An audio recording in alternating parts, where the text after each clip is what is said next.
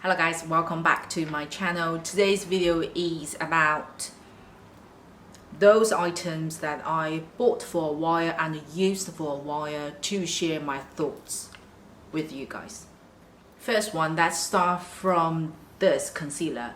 This is called Cover Up Pro Concealer, and this is a Korean brand. I shared on my unboxing video that the only reason I bought this is my curiosity on its coverage because of the advert.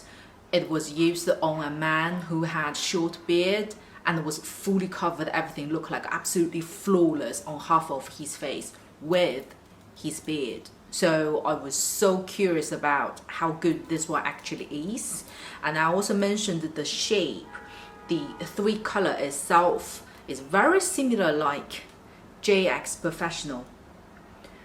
Look at the container. Apart from the color difference, the size, the thickness is pretty much identical, and the formulation, two of them, I would say 95% similar. This is Cover Up and this is JX. JX overall seems slightly darker than the Cover Up concealer. Both of them, from the color perspective, they're all fine of using on my face. By the way, this is Cover Up and this is JX Professional. If you look at the reflection, look at the details of the products,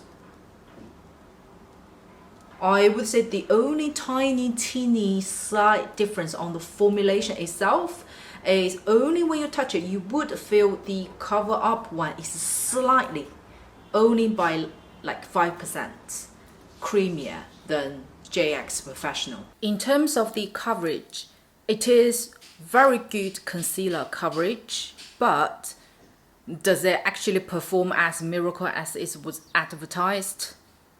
I don't think so. For me, to covering the acne, the scars, the sports marks, it's exactly the same as JX Professional. So the coverage, two of them are exactly the same, at least on my face. The slight difference is Cover Up, this one does crisp up for under eye area, at least on mine, but the JX Professional doesn't crisp up for my under eye area. Today you guys will see, especially after setting powder, oh my god, the whole area looks very dry, spiky.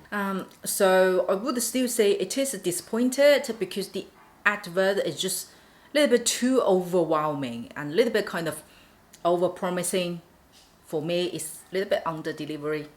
Cover Up concealer is not a bad concealer, that's put that way. It's just not as good as it says. Next one is also concealer. I had a huge hope on this. It's from KATO. It's called a 3 Little Cheese Concealer. If you guys remember this brand, I absolutely loved their foundation. Their foundation is still so far my top one foundation from KATO, this brand. Hence, when I see the concealer from this brand, I was just like, I didn't even blink and I bought it straight away, as well as a liquid concealer. The three colors from this palette is like that. Here I got a little bit marker because I mixed this one with this just to match my own skin. Summarize, it's a no. It's absolute no. I think it's because of the formulation. When you touch it, you do feel it's creamy, but I think it's a little bit too wet. The one in the middle, especially for the under eye area, when you actually use it, you feel, oh, it's really good. But it moves. Before you even got a chance to set with powder, it's already moved just by your facial expression, by you even blink your eyes. So and it happens to all three colors. So I'm a little bit disappointed that the color design is actually good. Let me do the swatches. Have a very good three color selections for especially Asian skin type, but it's just the formulation. It's a little bit too wet, therefore it doesn't glue on your face and make it stable, which also result in its coverage itself. You do need to build up layers to get the coverage you actually want. So then on this liquid concealer, I'm about kind of like and dislike this one. What I like about is the formulation. What I dislike about is also the formulation. The formulation, how to say, it is when you do the swatch, you would believe it's going to be a very good liquid concealer because it's creamy enough, easy to be smudged out. But look, it still shows very, very good coverage. But I don't know why it's when I actually use on the face, it caused the same challenge as this palette, a concealer palette. It's still feel a little bit too wet on the face. Again, it causes like moves. So if you use this to highlight your eye bag, you don't get the effect. Because when you try to build up the coverage, as soon as you pile up the second layer, the first layer already being moved by your brush. So it's very hard, at least for me. I've used this for nearly a month now. So I haven't successfully used this to cover my eye bag. However, because of the formulation is a little bit wet, therefore it's so good for highlighting your T-zone and center of the face. It is much easier to maneuver and to use and to manage compared to a cream like the palettes, highlighting color from the palettes. This would be much more suitable for that purpose. It doesn't crisp up when you use that way. It melts in with your foundation or with your own skin very well. Not too sure about this. I think as a liquid concealer, it shouldn't only be used as a highlighting purpose. I can get highlighter or cream highlighter myself. And the end of the day, it's still called concealer. So yeah, not sure. Next one is brow powder. This is in my last unboxing video as well. Oh my god, this is so good. I need to talk about this with these two brushes. Okay, let's talk about the powder first. And this one is called, the Chinese name is not really matching what's written kind of in English per se, but this is the brand. There are two colors in there, and there are also different color sets in this palette. My one is number 2, which is gray brown. It does come with a little brush. Don't use that one. So you have a slightly darker towards gray color and a slightly brown color. There's two as a mix. First of all is the pigmentation. The powder itself, it is powdery enough as well as creamy enough. And I like the most is the pigmentation. These are the two colors. You see, when you see the swatches, you feel the powder is not smooth enough, seems like a cake it up. But surprisingly, when you actually apply it on the brow, it's just so smooth, so easy to fill up the gaps, and the color itself are very easy to be blended out. It doesn't cause cakiness actually on the brow, and it can give you a very natural, foggy, that type of brow finish. Then let's talk about those two brushes. So this is a slightly longer, wider, and this is a slightly slimmer, but both of them are really, really flat. Because of this, you can actually use this to draw individual hair. You know, we use liquid brow pencil or like brow gel, those things.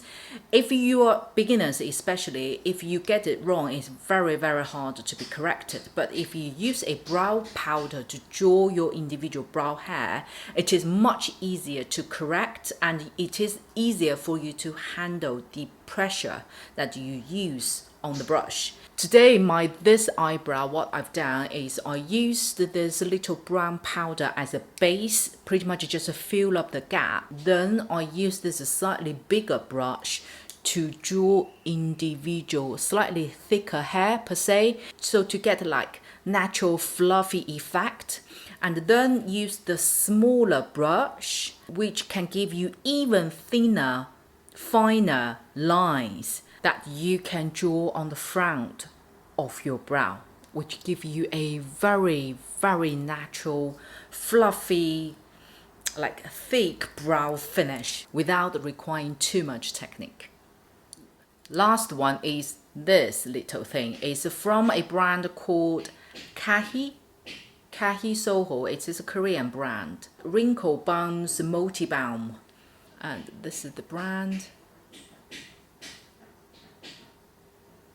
This one out of a sudden become like very hyper in Chinese market in particular, I think in Asia market as well. And the main function for this little balm is to reduce the wrinkle of any area basically, especially for your neck, for your under eyes, for anywhere smiley lines, for example. Just out of interest, I purchased this one, didn't put any hope on it because, to be honest, myself also use a lot of, wrinkle reduce stuff. I have my own expectations that I put that way. However, let me first of all show you how much I actually used. Can you see? And let me twist it up. And this is the end now. I only got this much. I have to say, this does work. Does work. First of all, the formulation is very much like lip balm when I use it, because it was introduced more like an essence balm, so I thought it would be slightly lighter, easy to be absorbed. When I first time apply it, it is kind of a fairly thick. I think it's just out of my expectation. It's not as light as like essence, but it's not as thick as glue, let's put that way. So when you look at here, I applied, it's literally, you feel like you applied a very hydrating lip balm. That's exactly like that. And this one has very like a typical Korean brand smell, which is actually lovely. It's a like very light, rosy floral smell. It does fade out after a while. After I pat the face toner, then I just glide this on the area where I normally have a little bit of wrinkles, like under eye area. Most importantly is for my neck. Can you guys still see a little bit like wrinkles? I tell you guys now, it doesn't matter how much you protect your face anti-aging perspective, if you don't look after your neck and your hands, people can catch your age right away just by looking at those two areas without looking at your face. I show you the pictures here. The picture on the right, I've taken that picture on the 18th of August, which I already used this one for 2 weeks.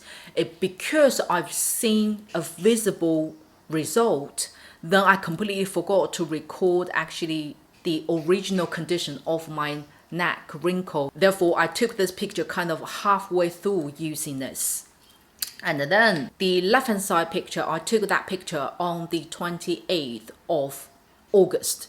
So it's about 10 days apart. You clearly can see, especially the top two wrinkle lines are getting not fade out, but smoothened up. You know, with wrinkles, once it's happened, it's happened. You won't be able to reverse unless you do some surgery related. By just using anti-wrinkle or anti-aging products, it will only delay or smoothen out slightly. It will not make it disappear. Okay, let's have that all basic line first. For my neck, I didn't use anything. I didn't use any other product but this balm. So the result is 100% down to this. Because of the result, then I bought another balm from the same brand called Eyebrow. So supposedly this one works with all the wrinkles, regardless where it is, including your under eye area. And then the eye balm is supposed to be just specifically focus on the wrinkles surround your eye area. I've been using this one a week now. I couldn't see any difference between this one and this one, to be honest. From the formulation, the smell, apart from the color difference, two of them pretty much identical. Look, one is pink, one is slightly like a rice cream color. And smell the same. You use on the skin, the performance, the experience, So far, the result is exactly the same. So I haven't seen any difference yet. But hey ho, if this one not overly work for the under eye area, at least would help my neck anyway. So I'm still very happy. So hope you liked today's video. Don't forget to subscribe my channel. I will see you on my next one.